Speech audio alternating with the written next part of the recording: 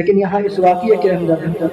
جو دو باتیں ہیں وہ بہت زیادہ اہم ہیں اور اسی سے ہمیں سبق اور پیغام بھی ملتا ہے۔ ان میں ایک بات تو یہ ہے کہ حضرت حسین رضی اللہ تعالیٰ فجر کی نماز ادا کر کے میدان میں اترے ہیں، اور جتنے آپ کے ساتھ جانثار اور اہل بیت تھے ان سب کے سب نے ظہر کی نماز عین میدان جنگ کے اندر ادا کی ہے۔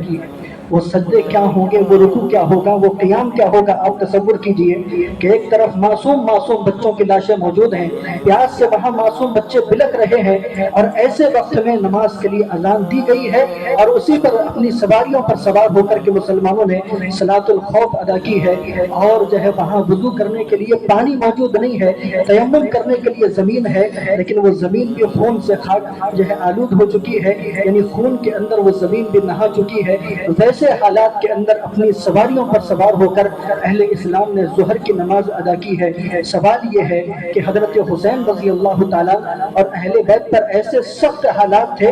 ایسے سخت حالات میں نماز پڑھنے کی کیا ضرورت تھی؟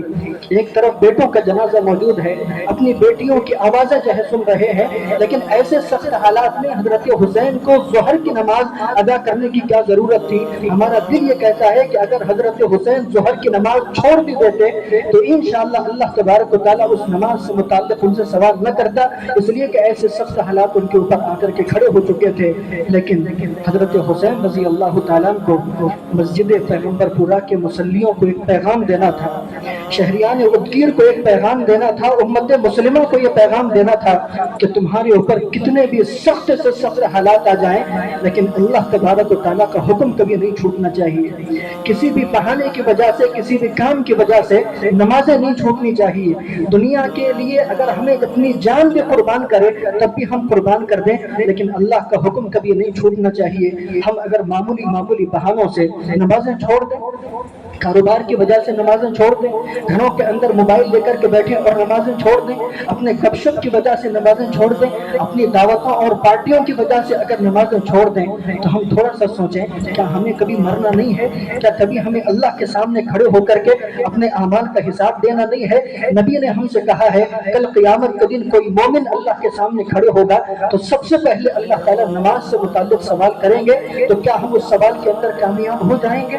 تو تھوڑا سا ہم غور و فکر کریں، اور اگر ہم نمازوں کی پابندی کرتے ہیں اس کا مطلب یہ ہے کہ ہم حسینی ہیں، حضرت حسین سے محبت کرنے والے ہیں۔ اگر معمولی بہانوں سے نمازوں کو چھوڑتے اگر ہم ہیں تو پھر ہمیں حسینی کہنے کا حق نہیں ہے، نعوذ باللہ، اللہ ہماری حفاظت فرمائے، پھر تو ہم یزیدی بن جائیں گے۔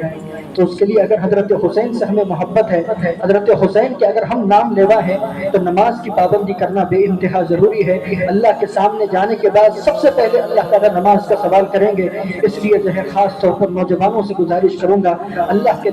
لیے نماز کی پابندی کریں۔ اگر ہم دکان پر ہیں 10 منٹ کے لیے اپنی کیا ہم دکان نہیں چھوڑ سکتے؟ 10 منٹ کے اندر ہمارا کتنا نقصان ہو جائے گا، یا کتنا ہم کما لیں گے 10 منٹ کے اندر، کتنا بھی کما لیں وہ اللہ تبارک و تعالیٰ کے سامنے سجدے سے زیادہ قیمتی نہیں ہو سکتا۔ اس لیے نمازوں کی خاص طور پر ہم پابندی کرنے کی کوشش کریں۔